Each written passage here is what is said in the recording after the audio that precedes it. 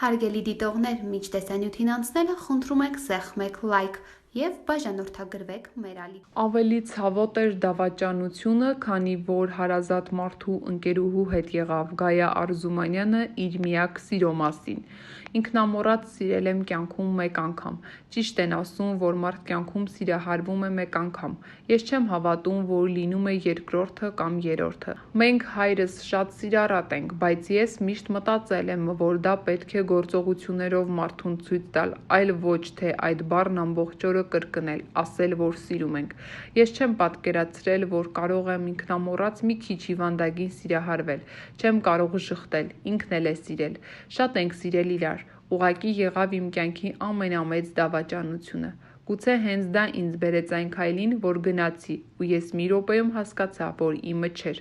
Ասում են, ժամանակը բուժում է, հավատացեք, ոչ, ժամանակն էլ չի բուժում, այդ ցավը կյանքում չի մոռացվում։ Ավելի ցավոտ էր դավաճանությունը, քանի որ հարազատ մարդու ընկերուհու հետ եղավ։ Հիմա բոլորին ներել եմ, շնորհակալ եմ նրան, որ այս փորձառության անցա, կյանքի ամենադաժանն ու սիրուն պահերը զգացել եմ։ Ինձ շատ է օգնել և օգնում է Արայիկը Գաբաջյան, նա կարողանում է փոսից դուրս բերել։ Սրտի տանիքներով հաղորդման շրջանակներում անկեղծացել է երգչուհի Գայա Արզումանյանը։